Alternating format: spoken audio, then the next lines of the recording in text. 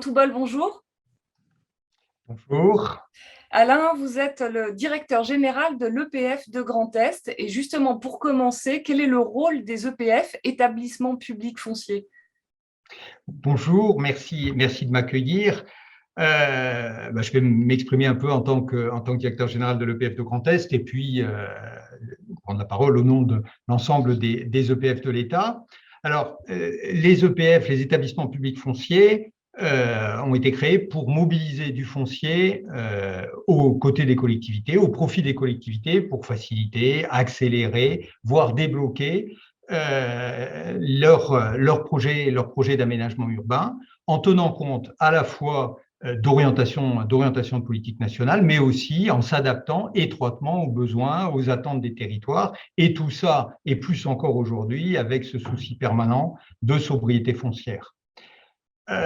Dans le contexte actuel, on sait à quel point le foncier, la place du foncier est un sujet central pour réussir cet aménagement, cette évolution de l'aménagement.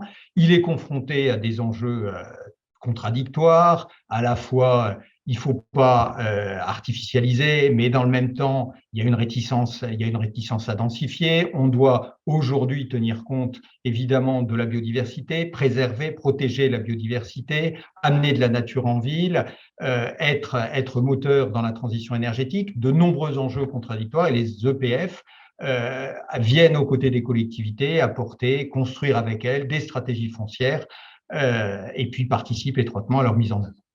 Et justement, pourquoi il est nécessaire aujourd'hui, dans ce contexte particulier, en tout cas difficile, de renforcer les outils fonciers tels que les EPF? Comme je le disais à l'instant, on a un contexte dans lequel on doit à la fois préserver l'agriculture, les espaces naturels, et donc se recentrer sur la ville, se recentrer sur l'urbain plus encore qu'hier. L'aménagement se retrouve confronté à une multitude d'objectifs difficiles, d'enjeux qu'il faut articuler, et donc il faut que les territoires soient équipés d'une ingénierie foncière à la hauteur des enjeux. Et ingénierie foncière à la hauteur des enjeux, ça recouvre à la fois l'expertise amont, l'expertise de maîtrise foncière, l'expertise de gestion, l'expertise de recyclage foncier pour faire face à cette complexité. Et les EPF apportent une partie de ces outils, et ça à toutes les échelles des territoires. Depuis les territoires les plus urbains qui vont peut-être prioritairement être confrontés à des problématiques de tension dans le logement, jusqu'aux territoires les plus ruraux, mais c'est aussi aujourd'hui les questions de redynamisation des petites villes, des villes moyennes. C'est pour les territoires littoraux les problématiques de recul de trait de côte, c'est les questions de recyclage des friches, tout ça avec des procédures qui sont extrêmement complexes, extrêmement longues. Il y a besoin de cette ingénierie foncière pour pouvoir travailler. D'accord. Et avec un foncier de plus en plus rare, et ça risque pas de s'améliorer avec le ZAN de la loi climat et résilience, comment fait-on pour contrôler, limiter, maîtriser en tout cas la variation des prix?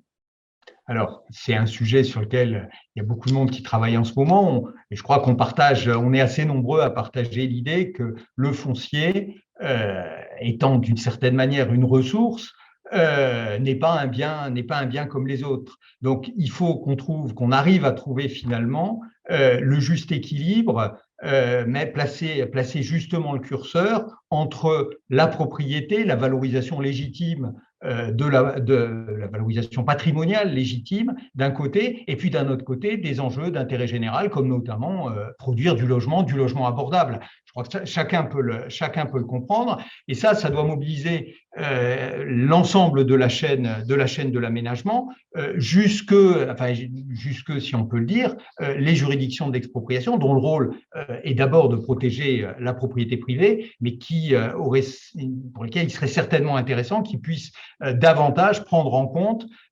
aussi cet équilibre des enjeux à trouver. Donc, il faut qu'on arrive à sensibiliser, à se mobiliser sur l'ensemble de la chaîne autour de cette problématique du foncier. Les EPF sont d'une certaine manière parmi les tout premiers maillons de la chaîne. On maîtrise du foncier, on le prépare, on le cède, mais derrière nous, les collectivités, les bailleurs, les aménageurs, les promoteurs doivent se mobiliser aussi autour de cet enjeu de maîtrise des prix pour la production et la production des opérations. Merci Alain pour ces éléments, pour cet échange. Et je vous dis à bientôt pour les Assises nationales du foncier et des territoires, les 6 et 7 octobre prochains à Nancy. À bientôt. Merci à vous, au revoir.